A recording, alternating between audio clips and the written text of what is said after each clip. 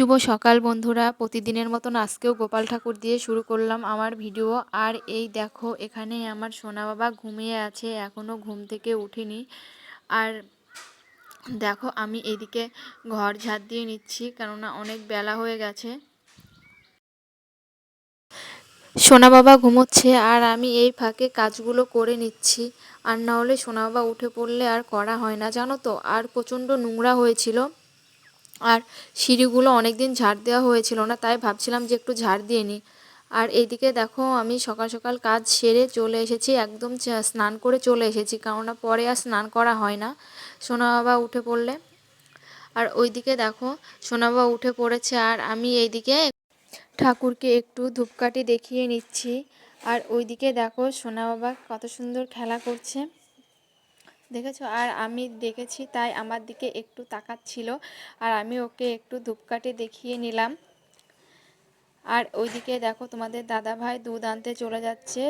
সোনা বাবা দুধ আনা হয়েছিল না, দুধ তো খেতেই চায় না, জোর করে খাওয়াতে হয়। আর এদিকে আমি দেখো স্নান করে রেডি হয়ে চলে এসেছি সোনা বাবার খাবার তৈরি করতে।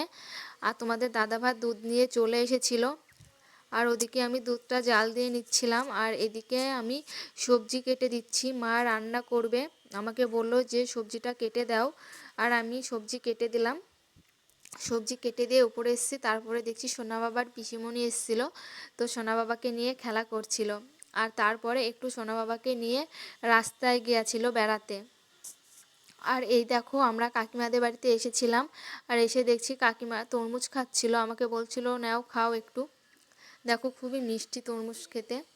আর এই দিকে দেখো, সোনা বাবা আর সোনা বাবার দাদা পিসিমণি কীরকম খেলা করছে, দুষ্টুমি করছে সবাই মিলে, দেখেছো।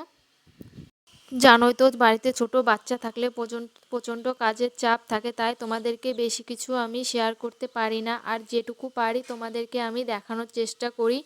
আর সারাদিন আমার সোনা বাবা কি করে, যেটুকু পারি সেটুকুই তোমাদেরকে আমি দেখাই।